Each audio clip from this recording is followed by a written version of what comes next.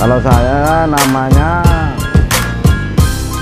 Arif, tapi sebenarnya itu nama saya Sarui. Iya, nama saya Hasting Pancasakti, asli Jogja.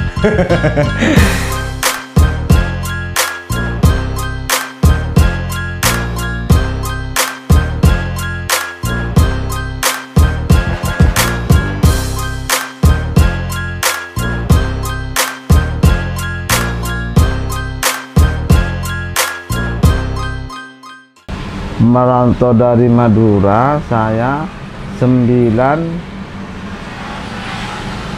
ya, 92. Iya, sudah lama. Sudah saya nganggur pernah di Surabaya dulu. Jadi saya jadi Pak Pos, ngantar surat itu loh.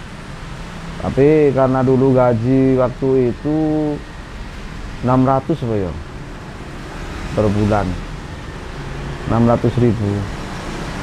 Tapi saya habis itu keluar karena merasa kurang ini kan. Saya maunya swasta wae, karena zaman dulu kan masih enak swasta. Kalau zaman sekarang enak negeri. Jadi gini, dulu sebelum barber aku di usaha kayak cuci sepatu, terus kita jualan sepatu juga, kaos.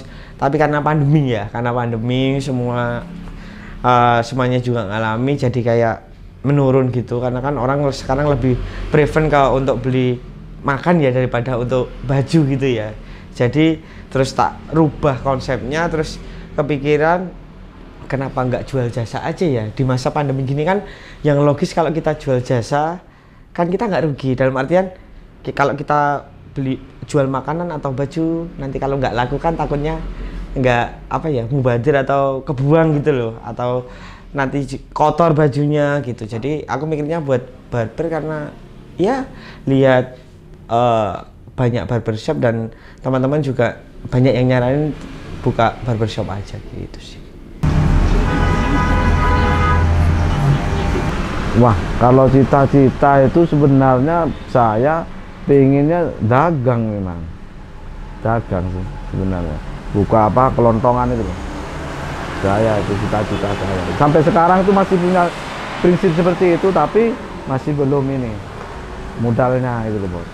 Karena apa? Kalau saya bisnis yang mateng-matengan itu saya dari dulu memang nggak suka, seperti jual nasi kan matengan itu kan, soalnya matengannya itu riskan sekali, apalagi jual buah itu kan, itu kan riskan banget. Itu kalau seandainya ndak laku, nanti gimana gitu. Tapi kalau kayak kelontongan seperti teh, beras, gula, segala macam-macam kan, dan itu kan nggak basi. Nah, umpamanya ada waktu barang waktu udah daluarsa, itu kan bisa diambil dari perusahaan kan gitu. Saya cuma itu. Aku kepengen sih jadi ini sih PNS lah. Jadi aku punya cita-cita tuh, aku pengen jadi PNS, aku kerja, aku punya usaha. Jadi selain aku kerja ya istilahnya mengabdi buat negara ya, kalau PNS ya istilahnya kan kayak gitu, kita dapat gaji bulanan, kita kerja bener-beneran, terus kita punya usaha, bisa istilahnya mempekerjakan teman-teman yang belum punya kerjaan. Karena aku selama ini punya kantor, punya apa, itu teman-teman yang aku ajak kerja sama lah, bukan kerja sama kerja di sini. Jadi itu sih, jadi bisa aku punya usaha tuh pengennya bisa bermanfaat buat semuanya, bukan buat aku aja gitu. Income masuk per bulannya, kalau gampangnya aja ya, misalnya kita cari potong yang di sini kan yang paling murah 25.000. Misalnya sehari 10 ya sekitar sebulannya sekitar 6-7 juta lah. Itu yang paling murah ya. Nanti kan maksudnya ada yang premium, ada yang coloring juga gitu, nanti kita ditambah itu juga sih. Gampangnya segitu. Masuk ke Jogja 500 rupiah masuk ke Jogja. Iya 500, terus 2000 itu baru naiknya 200 perak naiknya, terus gitu. Terus 97 itu sudah agak naiknya 2000 per anu tuh per tahunnya naik 2000. Mulai sejak 2007. Cuman ingin acara keluarga. Cuman saya doang. Sebenarnya kita tuh nggak mau gini loh. Banyak orang yang bilang, aduh kasihan sih sama pangkas rambut yang Maduranan kayak gitu. Tapi masih ada pelanggan mereka gitu loh. Jadi ini kita membuat pilihan sih. Jadi kalau kayak rumah makan kan banyak juga nih, banyak menunya. Pecel lele satu sama pecel lele lain mesti beda. Walaupun sama-sama lele. Kita juga sama-sama cukur nih. Kita punya kelebihan ini, kita punya kekurangan ini. Jadi semua tergantung ini sih apa namanya orang. Kita nggak terus menjelek-jelekkan pangkas rambut Madura, enggak. Aku juga dulu sebelum adanya barber ini kan dulu tetap Maduranan. Malah dulu di alun-alun yang potong yang pakai kotaan itu. Nah, aku juga pernah potong di situ. Jadi sebenarnya sih potong itu sama. Niatnya kan cukur rambut, tapi kan kita memberikan fasilitas yang lebih mungkin ya. Dengan alat juga yang lebih modern, dengan istilahnya apa namanya? Skillnya yang potong juga anak-anak muda. Jadi itu sih kalau untuk pangkas rambut Madura ya kita tetap samalah, menurutku nggak ada bedanya. Aku juga walaupun punya barber, kadang aku kalau pengen dipotong Madura tetap masih potong di Madura gitu. Kalau saya nilai itu saya nggak ngaruh, nggak ada ngaruhnya buat saya loh. Nggak tahu kalau buat orang lain ya. Kalau saya nggak ngaruh sama sekali. Nggak. Karena apa? Ya semakin banyak orang itu semakin mengadu nasib, semakin mengadu mental juga kan gitu loh. Gimana variasi kita di mana kan bisa ngikutin juga, ataupun barber shop gini bisa juga kita mengikuti gitu. Cuma lokasi tempat sama yang tidak mendukung itu kadang-kadang tempat di sini kan air kurang gitu. Pendek bos.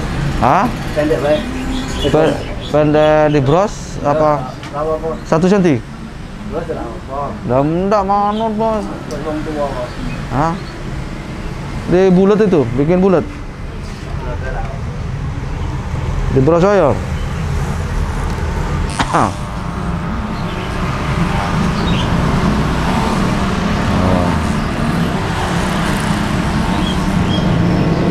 Ini ya, rata semua ya.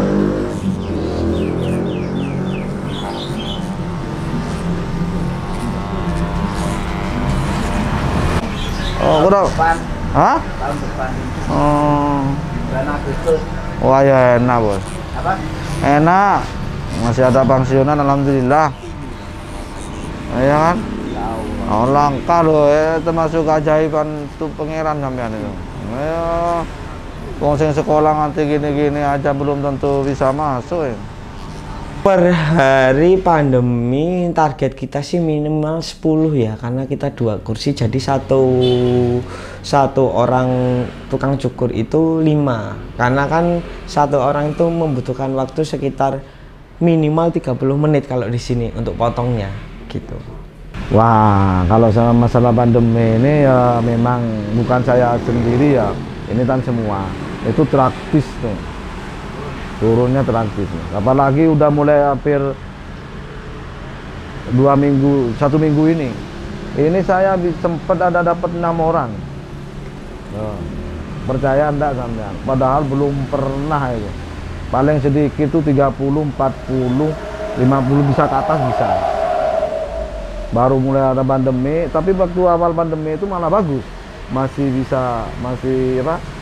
Ekonomi masih kita agak ngaruh sedikit gitu. Kalau sekarang ini baru.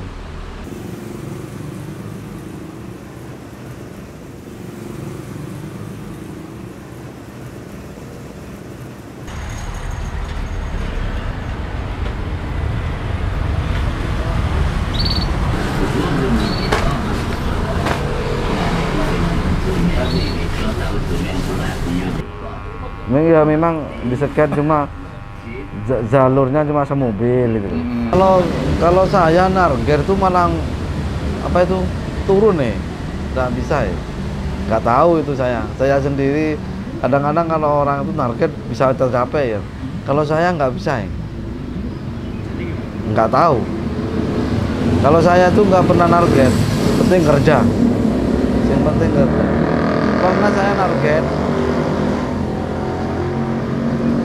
saya target sekian itu malah turun, praktis tuh turun sekali. Nggak tahu saya. Jadi saya itu nggak pernah target, nggak bisa target saya. Ya udah kerja ya kerja gitu. Kalau niat di target itu kayak orang harus sehari sekian gitu kan. Tapi kalau orang kok bisa nggak tahu, kok saya sendiri kok nggak bisa gitu. Penyebabnya apa nggak tahu saya itu. Ya mungkin kita itu nggak boleh target apa gimana, harus menerima sesuatu yang dari Tuhan gitu.